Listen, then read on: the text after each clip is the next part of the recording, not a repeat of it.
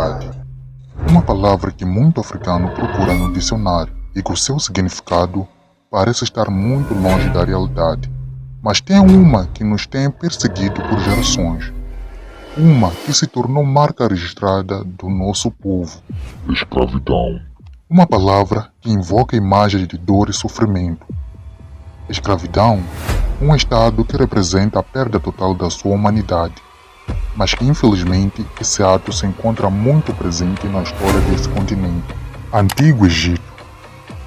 A opressão e trabalho forçado foram uma dura realidade para a grande maioria da população, que viviam em condições de miséria enquanto eram forçados a construir as pirâmides e todos os monumentos majestosos. Com a chegada dos europeus, mais de 12 milhões de africanos foram usurpados das suas terras, separados das suas famílias e jogados em navios como se fossem meros animais. Mas graças a Deus, os países africanos conquistaram a sua independência e agora nós vivemos felizes para sempre. Bem, não é bem assim. Depois de tantos anos de independência, os países africanos continuam miseráveis. É como se os países africanos tivessem lutado para trocar um tirano pelo outro. Os africanos têm terras riquíssimas em recursos naturais, mas eles literalmente vivem de esmola. Para você ter uma ideia, a África detém cerca de 50% das reservas de ouro do mundo. A África é a principal fonte de diamantes do mundo. A África do Sul é o maior produtor de platina no planeta, entre muito mais recursos que os países africanos possuem. Está mais do que claro que esse continente tem um potencial gigantesco de crescer. Mas parece que ele aprendeu a andar com o Michael Jackson, porque ele só anda para trás. Deixe-me te contar a história da Coreia do Sul, um país que acabava de ser destruído pela guerra, em situação de miséria. Para você ter uma noção, o PIB per capita do país era de $82, o que é comparável aos países mais pobres da África hoje. Mas a partir de 1960, a Coreia implementou uma série de políticas de desenvolvimento. E 30 anos depois, a Coreia do Sul se torna um dos países mais ricos do mundo. Mas por quê? Porque países pobres em minerais se tornam em superpotências em poucas décadas, e países que tinham tudo para se destacarem no mundo. A maior parte da população mal tem dinheiro para comprar um saco de arroz? Eu procurei a resposta para isso, e ela pode ser encontrada num dos livros mais antigos da humanidade.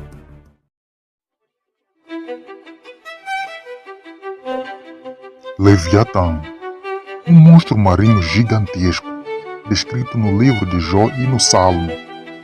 Ele é descrito como uma criatura terrível, com dentes afiados, escamas fortes e uma força inabalável. Mas tenha em mente que ele, como qualquer outra criatura, deve isso a Deus. Quem garante o alimento a ele é o próprio Criador. E você deve estar se perguntando, como essa história pode trazer luz a esse problema? Se você não conseguiu identificar uma força igual a essa na sociedade que você vive, permita-me te contar uma história.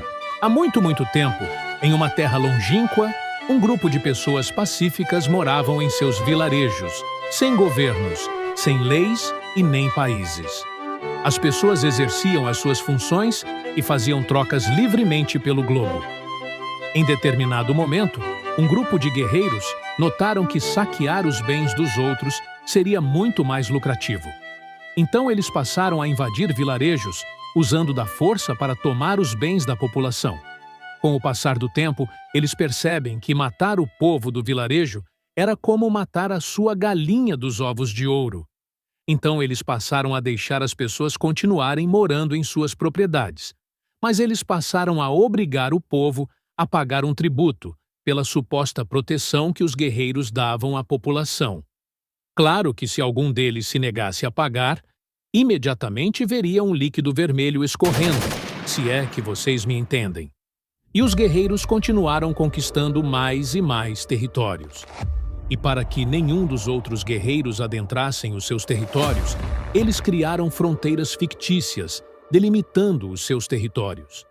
Assim, nasce o Estado, uma forca que usa da violência para impor qualquer coisa na sua vida. Mas, A partir deste momento, toda vez que eu voltar a me referir a ele, eu o nomearei como Leviatã.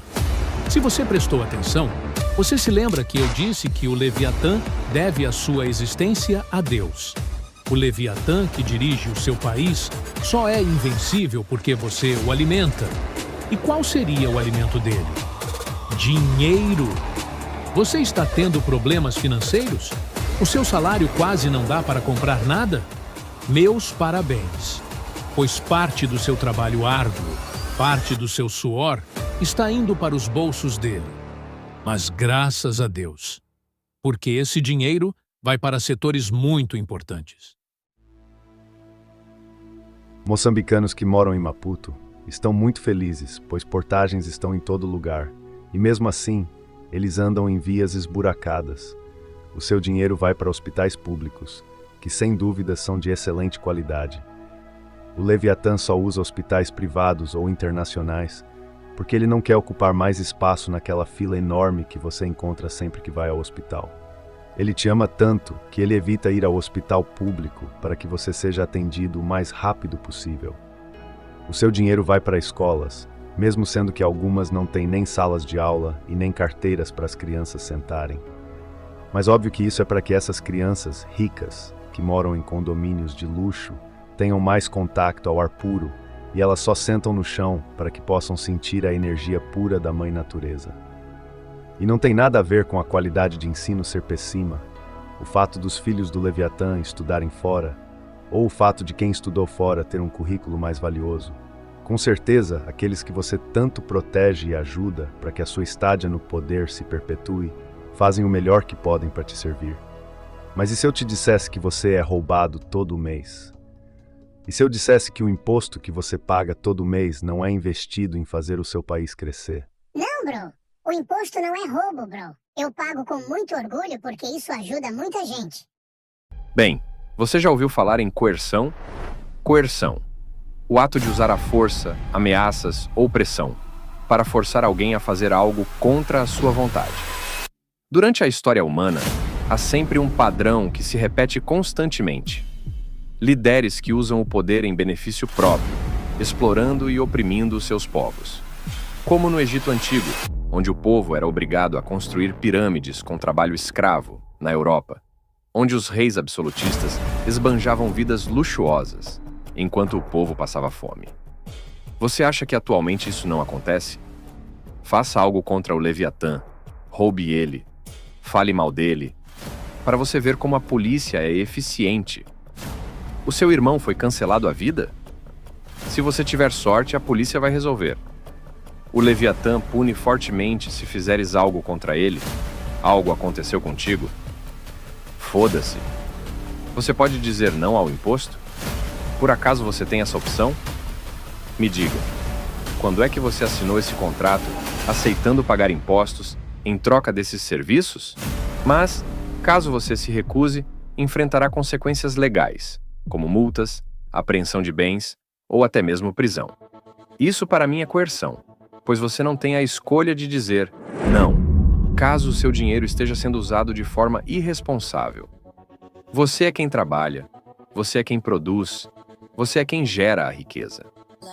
Como é que entra na sua cabeça a ideia de alguém que usa a força para tomar parte do que você suou para produzir, com a premissa de oferecer serviços essenciais? Mesmo já pagando, você é obrigado a procurar por serviços privados, porque os públicos não funcionam. África é um continente com um potencial enorme de crescimento, mas tão pobre ao mesmo tempo. Entre os países mais pobres do mundo, 8 são países africanos. O que me leva a pensar, será que esse não é exatamente o objetivo do Leviatã? Será que o objetivo não é tornar esse continente repleto por uma sociedade de ignorantes e pobres? Será que tem alguém se beneficiando com essa miséria?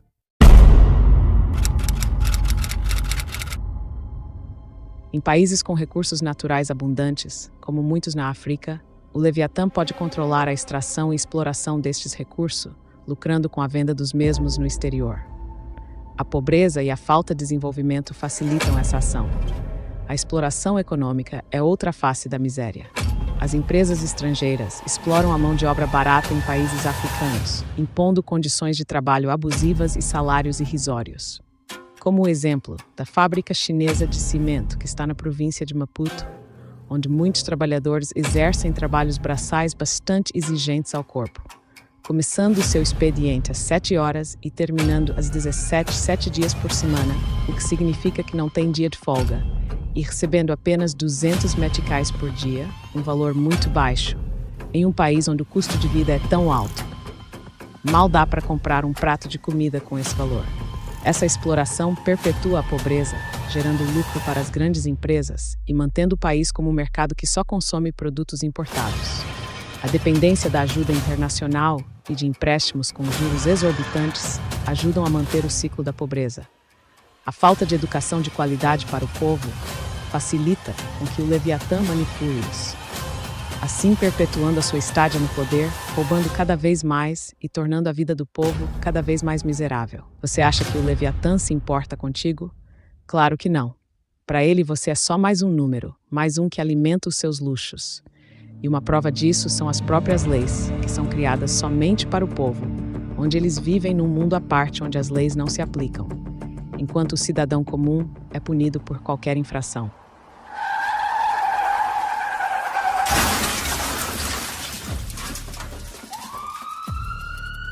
Um acidente brutal, 2 crianças inocentes feridas, 2 carros destruídos.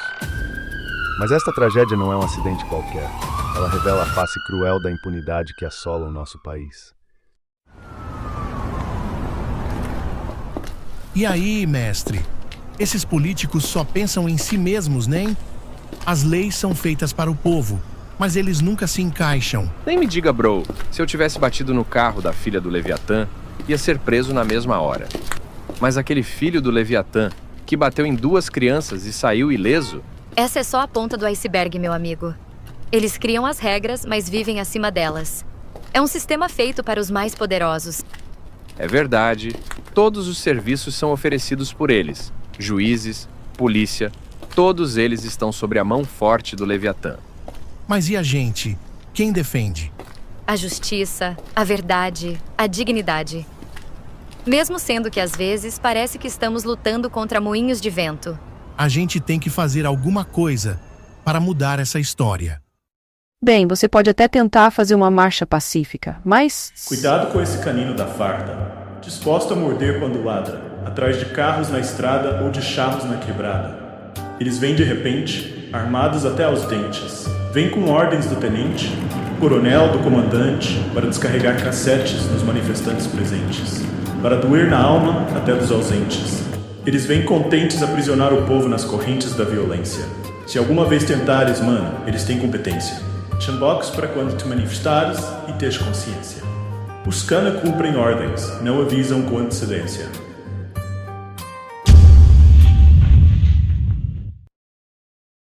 O medo e a repressão são as armas que o Leviatã utiliza para silenciar a voz do povo. Mas de tempos em tempos sempre é levantado um escravo que a sua indignação fala mais alto que a voz do medo, que anseia por liberdade.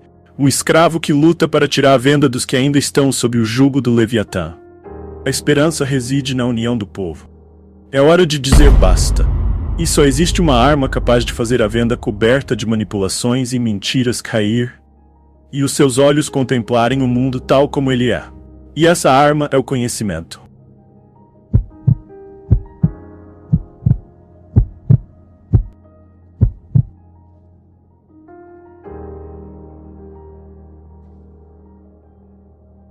O que te move, o que te guia, o que te faz tomar decisões.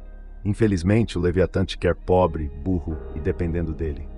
E por muito tempo, o Leviatã tem usado a televisão como forma de manipulação de massas, e a falta de educação de qualidade, e também a falta de incentivo para a busca de conhecimento ajuda a perpetuar a nossa ignorância.